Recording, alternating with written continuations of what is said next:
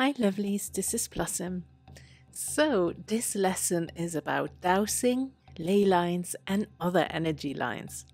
And for this video I will focus on finding ley lines, but I would definitely recommend to read the text for this lesson first, as I wrote about the different types of energy lines, starting with the leys, then having a look at the spirit lines and the fairy path. And we will also have a look at the ancient goddess Ellen of the Ways. As I said, you can read all about it in the text, and I will put the link in the description box as always. Now, let's have a look at how we can find ley lines.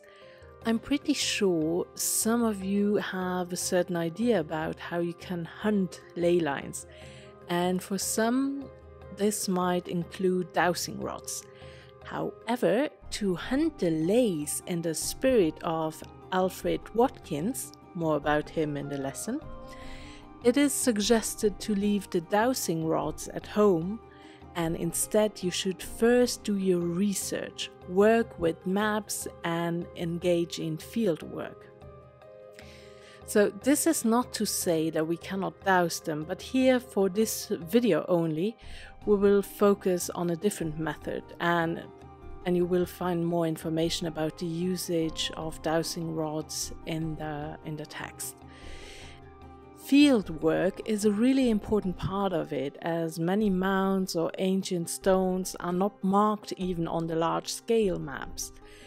However, to start this work, it is best to get a topographic map of the area you want to research. Here you can see such a map from the area I live in. If you have a map like this, start to look for ancient mounds. They can be called tumulus, barrows or cairn. I never know how you pronounce that, sorry about that, for example. But you can also look for holy wells or springs, or even for churches and cemeteries. So let me show you here one example of a fairy path. I discovered this one before I knew anything about them, but I always felt a very strong fae connection in this area. Let me show it to you on the map first. So here you can see the different points that I've marked on the map. These are places with a very strong fairy energy, and I go there on a very regular basis. And if we join the dots, you can see that we get a straight line. And here you can see the fairy path in real life. So it was very misty that day. I show it to you from a bit further away, as I feel that this path is not meant for me to walk on. On this path we also see a lot of holly.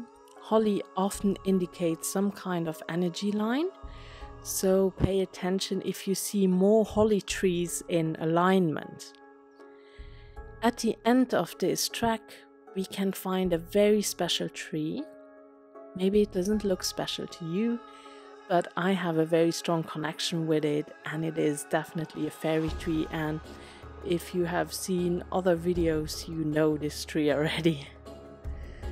So here is another part of this line in a different forest, and you may have seen this part already a few times in my videos as well.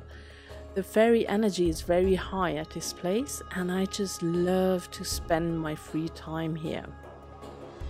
So simply mark your special places on a map and see if they create a straight line. If you don't have a topographic map just yet, you can also try to work with Google Maps. However, you must already know what you are looking for. So let me show one example here of an alignment. I know of two tumuli nearby. One is called Molknopf or Molknopf, which means belly button, and it can be found near a Roman temple. It was used by the Romans, but it is much older, built probably around 2000 BC. I don't think it's very interesting for most of you, as I don't think I have many German viewers. But if so, you can find this tumulus in Nennisch, near the Luxembourgish border. The second tumulus can be found in Luxembourg, near Flachsweiler, and is called Ton, which is related to the Latin word tumba. It can be found in the field right next to a main road. Oak trees are covering this burial mound, and it is probably a very unnoticed site. It is said that it is the tomb of a wealthy family that lived nearby. That's all the information I could get there. Now, I used the site megalithic.co.uk to find other sites on this line. And a third burial chamber can be found in Luxembourg again, between Berdorf and Müllertal, to be precise, in case anybody is from around there, and is called Schnellert. It is also a burial chamber, also called a dolmen. They found a grown man buried here together with a 12-year-old child. And right next to this site you can also find the Keltenhiel, which just means Celtic cave, which could also form a line with the previous sites. So you can see that a quick search can already give you interesting results. Now I'm going to show you quickly how you can find other sites on that website. So you just go to the main website and you click on your country where you are from, Germany in my case, and then I gave in Holy Well or Sacred Springs, just to see, you know, just being curious. And then you see the map here. You just zoom in to zoom closer to the area you actually live in. Yeah, apparently that takes a while. So that's the area I live in, more or less. And you can see already an alignment here. So you just gave in the Sacred Springs and you see the alignment is right there without you having to do any other research than this. So it's quite easy, you know. There you see, yeah, again, we can find a few alignments just from that quick research that we are doing here. And then you can click the little icon to get the name of the holy well or the place that you are looking for. So there are many different ones. So you can see there is the condition, the ambience, how you can access it. So you have a few quick informations. Some say if there are pictures or no pictures. And then you can click on the icon to get to that site, and then you will have a few pictures on it. Yeah, so that's it. That's how you can do that if you're interested to do so. In the text lesson, we also talk about the Bovis biometer or Bovis scale. Here is my journal that I take with me when I go on holidays. And you can see a few notes that I took when I used the Bovis scale to measure the life force or the energy of various sacred places. Something that always astounds me is that my husband and I always get the same results. It differed maybe 2 times, and really it was quite windy, so who knows, you know. And we measure separately from each other so that we don't see what result the other get.